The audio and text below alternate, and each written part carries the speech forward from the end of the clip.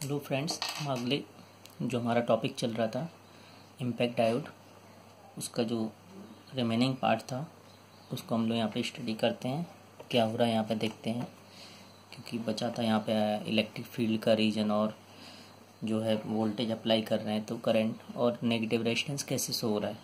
ठीक है, तो सबसे पहले हम देखते हैं यहाँ पे कि ये रीजन, यहाँ पे आप देखते हैं कि यहाँ पे हम जो डायोड है, यहाँ पे हम बात कर रहे हैं कि एसी वोल्टेज, ये एसी वोल्टेज है। एसी वोल्टेज जो कि मेंटेन है एक गिवन फ्रिक्वेंसी में, ठीक है, एक गिवन फ्रिक्वेंसी सर्किट में। तो एसी वोल्टेज मेंटेन होगा, वो कहाँ पे होगा, एक गिवन फ्रिक्वेंसी होगा सर्किट में। ठीक है, टोटल फील्ड होगा डायोड के अक्रॉस, वो क्या होगा, सम होगा डीसी और एसी फील्ड का। ठीक है, तो जो टोटल फील्ड होगा वो डायोड के अक्रॉस क्या होगा, सम होगा डीसी और एसी फील्ड का। ये जो टोटल फील्ड है, इस टोटल फील्ड की वजह से क्या होता है, ब्रेक डाउन होता है एन प्लस पी जंक्शन पर। ठीक है, ये जो टोटल फील्ड है इसकी वजह से क्या होता है, ब्रेक डाउन होता है। इसी के कारण होता है, जो मैं आपको बता रहा हूँ, टोटल फील्ड डीसी और एसी के कारण क्या होता है, यहाँ पे ब्रेक डाउन होता है एन प्लस पी जंक्शन पर। अब हम यहाँ पे बात कर रहे हैं कि positive half cycle, AC voltage हमने यहाँ पे अप्लाई किया है, ये एसी वोल्टेज है, इसकी पॉजिटिव हाफ साइकिल ले रहे हैं हम। ठीक, ये पॉजिटिव हाफ साइकिल हो गई। तो पॉजिटिव हाफ साइकिल में क्या होगा, जब फील्ड एबव होगी ब्रेक डाउन वोल्टेज के। ठीक है, तो यहाँ पे बात हो रही है कि जो हमने एसी वोल्टेज अप्लाई किया है उसकी पॉजिटिव हाफ साइकिल ले रहे हैं। तो पॉजिटिव हाफ साइकिल के दौरान क्या होगा कि जब फील्ड एबव होगा ब्रेक डाउन वोल्टेज के, तो एवलांचे ब्रेक डाउन के कारण क्या होगा, कैरियर करंट होगा, ठीक, I0t जो कि जनरेट होगा और वो इंक्रीज करेगा एक्सपोनेंशियली टाइम के साथ। ठीक है, तो जब फील्ड एबव होगा ब्रेक डाउन वोल्टेज के, तो क्या होगा, एवलांचे ब्रेक डाउन के कारण क्या होगा कि कैरियर करंट I0t जनरेट होगा जो कि इंक्रीज करेगा एक्सपोनेंशियली। यहाँ पे आप देख सकते हैं, ये देखिए, ये कैरियर करंट एक्सपोनेंशियली बढ़ रहा है। एक इफेक्ट और मैंने आपको बताया था कि पहला इफेक्ट आपने देखा था कि इम्पैक्ट आयनाइजेशन इफेक्ट, उसको आप मैंने बताया था कि जो कैरियर करंट है I0t और एसी वोल्टेज वो आउट ऑफ फेज होते हैं 90 डिग्री। तो यहाँ पे आप देख सकते हैं कि यहाँ से हमने लिया है, यहाँ पे देखिए वोल्टेज 90 है तो करंट क्या है, 0। जैसे जैसे वोल्टेज कम हो रहा है वैसे वैसे करंट बढ़ रहा है। तो जब यहाँ पे वोल्टेज 0 हो गया तो करंट क्या हो गया, 90, तो आउट ऑफ फेज है 90 डिग्री। ठीक, दूसरा क्या है कि जब हम बात कर रहे हैं कि नेगेटिव हाफ साइकिल ले रहे हैं, अब जो एसी वोल्टेज हमने अप्लाई किया था उसकी नेगेटिव हाफ साइकिल ले रहे हैं। यहाँ पे क्या होगा कि जब वोल्टेज, यानी कि जब इलेक्ट्रिक फील्ड जो है, तो ये हम जो एसी वोल्टेज अप्लाई कर रहे हैं, अब इसकी क्या ली है हमने, negative half cycle. Negative half cycle में क्या होगा कि जब फील्ड जो है ब्रेक डाउन वोल्टेज से कम होगी, यानी जो फील्ड है बिलो होगी ब्रेक डाउन वोल्टेज से, तो क्या होगा, जो कैरियर करंट है I0t वो डिक्रीज करेगा एक्सपोनेंशियली। यहाँ पे आप देख सकते हैं, देखिए ये डिक्रीज होते हुए 0 पे आ गया, हो गया है नहीं। तो जब फील्ड बिलो होगी ब्रेक डाउन वोल्टेज की, तो कैरियर करंट I0t होगा वो डिक्रीज यानी डिके होगा exponentially to a small steady state value. तो ये यहाँ पे डिक्रीज होते हुए यहाँ पे आ गया। तो यहाँ पे भी आप देख सकते हैं कि अभी ये जब वोल्टेज बढ़ रहा था नेगेटिव रीजन में ही है, ये वोल्टेज बढ़ रहा है, तो यहाँ पे क्या है कि जो करंट है वो कम हो रही है और 0 आ गई। यहाँ पे देखिए वोल्टेज क्या है, 90 डिग्री मैक्सिमम। ठीक, अब इसके बाद क्या होगा कि, तो ये तो हो गया कि पॉजिटिव हाफ साइकिल और नेगेटिव हाफ साइकिल में हमने कंसीडर किया। अब जो कैरियर करंट है I0t, कैरियर करंट I0t होता है, वो क्या है, करंट सिर्फ जंक्शन पे होता है।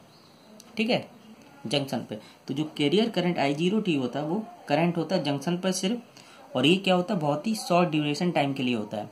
तो जो कैरियर करंट होता है I0t वो कहाँ पे होता है, सिर्फ जंक्शन पे होता है, और वो क्या होता है, बहुत ही शॉर्ट ड्यूरेशन के लिए होता है। ठीक है, तो इलेक्ट्रिक फील्ड के इफेक्ट के कारण, इफेक्ट के, तो जो इलेक्ट्रिक फील्ड है, इलेक्ट्रिक फील्ड के इफेक्ट की वजह से क्या होता है कि जो होल जनरेट हो रहे हैं, ठीक है, वो इंजेक्ट होते हैं स्पेस चार्ज रीजन में। ठीक है, यहाँ पे होल्स जनरेट हो रहे हैं, आप देख सकते हैं। तो इलेक्ट्रिक फील्ड के इफेक्ट की वजह से क्या होता है कि जो होल जनरेट हो रहे हैं वो इंजेक्ट होते हैं स्पेस चार्ज रीजन में, और वो टूवर्ड कहाँ पे होंगे, नेगेटिव टर्मिनल। ये देख सकते हैं आप, ये देखिए नेगेटिव टर्मिनल ये जुड़ा हुआ है। तो यहाँ पे जो होल्स जनरेट हो रहे हैं वो इंजेक्ट होते हैं स्पेस चार्ज रीजन में, और वो कहाँ पे होंगे, नेगेटिव टर्मिनल बैटरी के, ठीक है। और जो करंट है आईईटी, एक्सटर्नल करंट आईईटी, वो करंट होगी आईईटी किसमें होगी, एक्सटर्नल सर्किट में, वो आप यहाँ पे देख सकते हैं आईईटी, ठीक। अब जो एक्सटर्नल करंट है, एक्सटर्नल करंट यहाँ पे आप देख सकते हैं कि जो एक्सटर्नल करंट है, ठीक है, आईईटी, तो आईईटी जो एक्सटर्नल करंट है वो डिले होता है कितने, 180 डिग्री के द्वारा। तो जो एक्सटर्नल करंट है, ठीक, आईईटी, वो डिले होता है 180 degree relative to the voltage. तो मैंने आपको जो बताया है कि यहाँ पे क्या है, जो एक्सटर्नल करंट है आईईटी, वो डिले हो रहा है 180 degree relative to the voltage, ठीक है। तो आईईटी जो है एक्सटर्नल करंट वो डिले होगा क्या, 180 degree relative to the voltage. तो यहाँ पे क्या होगा, इसलिए नेगेटिव रेजिस्टेंस अकर होगा।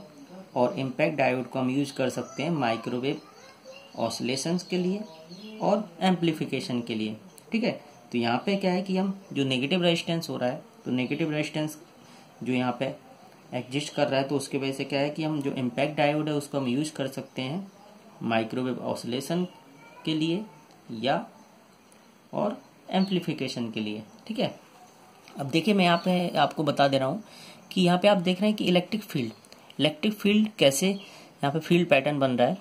जैसे आप देखेंगे कि ये N+ रीजन है जो कि हैवली डोप्ड है, तो यहाँ पे क्या होगा कि यहाँ पे डिप्लीशन जो लेयर होगी यहाँ पे वो क्या होगी, कम होगी। तो इनिशियली ये देखिए 0 था इलेक्ट्रिक फील्ड, जैसे ही जंक्शन के पास पहुंचा तो इलेक्ट्रिक फील्ड क्या हुई, बढ़ गई, इंक्रीज कर गई, ठीक है।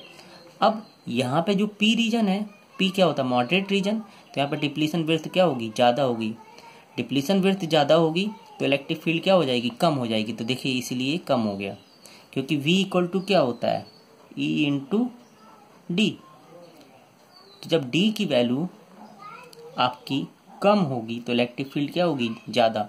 D क्या है, डिप्लीशन विड्थ हम बोल सकते हैं। जो डिप्लीशन विड्थ है वो उसकी डिस्टेंस, ठीक है। तो इसीलिए N+ रीजन में क्या होगा, डिप्लीशन विड्थ कम होगी तो इलेक्ट्रिक फील्ड ज़्यादा होगी, ये ज़्यादा हो गई। और इस रीजन में क्या होगा, इस जंक्शन पे आप देखेंगे P वाले रीजन में इलेक्ट्रिक फील्ड क्या होगी, कम होगी, क्योंकि डिप्लीशन विड्थ ज़्यादा होगी, तो ये कम हो गई। और यहाँ पे इंट्रिंसिक रीजन है, तो ये यहाँ पे क्या है, चार्ज कैरियर मान ले कांस्टेंट है, इसीलिए ये क्या है, यहाँ पे इलेक्ट्रिक फील्ड चेंज नहीं हुई। तो यहाँ तक देखिए चेंज नहीं हुई। और फिर इस जंक्शन पे आया तो यहाँ पे क्या हो गया, 0, क्योंकि फाइनली ये बैटरी किससे कनेक्टेड है, यहाँ पे। तो जब नेगेटिव है तो ये नेगेटिव टर्मिनल से कनेक्टेड है, इसका मतलब कि जब यहाँ पे फील्ड 0 क्यों हुई, क्योंकि वोल्टेज 0 हो गया। नेगेटिव मतलब क्या है, बैटरी वहाँ पे डिस्कनेक्ट हो रहा है, यानी वोल्टेज 0 हो जा रहा है, तो इसलिए इलेक्ट्रिक फील्ड यहाँ पे क्या हो गई, यहाँ पे फाइनली 0 हो गई। अगर यहाँ पे और कोई कांटेक्ट होता तब उसके बाद फिर से फील्ड क्या होती, इंक्रीज होती, ठीक है। यहाँ कहीं होता तो उसके बाद फिर फील्ड ऐसे बढ़ती, यहाँ पे कांस्टेंट, फिर जंक्शन के पास क्या बढ़ जाती। ये रीजन था इलेक्ट्रिक फील्ड का। आगे हम देखते हैं कि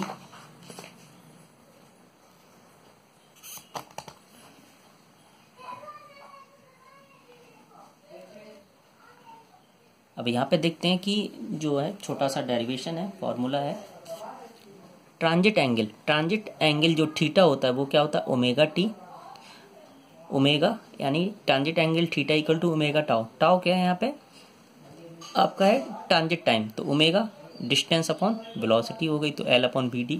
ऑपरेटिंग फ्रीक्वेंसी क्या होगी, F = 1/2τ = क्या होगा, Vd/2L, यानी फ्रीक्वेंसी क्या होती, 1 टाइम पीरियड। तो टाइम पीरियड यहाँ पे क्या है, 2τ। आप देख सकते हैं यहाँ पे 2τ, जैसे आप यहाँ पे देख रहे हैं, ये जो है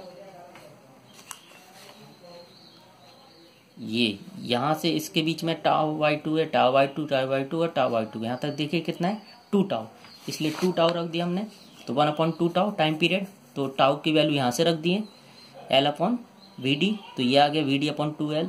Vd क्या है, कैरियर ड्रिफ्ट वेलोसिटी, और एल क्या लेंथ है जो कि ड्रिफ्ट स्पेस चार्ज रीजन के लिए आपने यहाँ पे देख सकते हैं, वो है ये एल।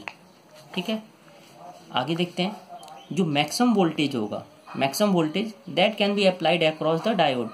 मैक्सिमम वोल्टेज हम अप्लाई कर रहे हैं डायोड के अक्रॉस, वो क्या होगा, V M equal to E M into L. V equal to E D होता है, तो V equal to E into D मतलब हो गया जो लेंथ है स्पेस चार्ज रीजन। ठीक है, ई एम क्या मैक्सिमम इलेक्ट्रिक फील्ड है। मैक्सिमम करंट क्या होगा, I M equal to J M into A. J M into A आप जान सकते हैं। ठीक है, जे एम करंट डेंसिटी है, तो जे इक्वल टू क्या होता है, सिग्मा ई, तो सिग्मा ई एम इंटू ए। ठीक, सिग्मा को हमने क्या रख दिया, एप्सिलॉन एस अपॉन टाउ। ठीक है, तो टाउ की वैल्यू यहाँ पे हम पुट कर देंगे, टाउ की वैल्यू हमारे पास है एल अपॉन वी डी, तो ये सॉल्व करने के बाद ये आ गया। अब जो एसी पावर होगा वो क्या होगा, वी ए इंटू आई ए, और डीसी पावर क्या होगा, V D into I D.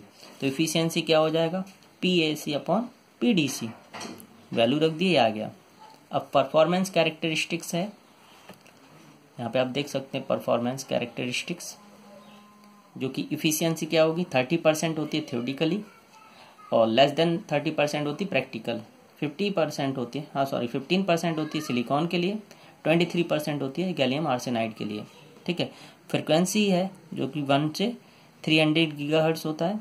Maximum power output 5 वाट होता है एक्स बैंड के लिए, और 0.5 वाट होता है 30 गीगाहर्ट्ज पर। पल्स पावर होती है 4 किलो वाट। ठीक है, थैंक यू। तो ये टॉपिक खत्म होता है इम्पैक्ट डायोड, हम अगले टॉपिक में मिलेंगे अब। ठीक है, ओके, थैंक यू।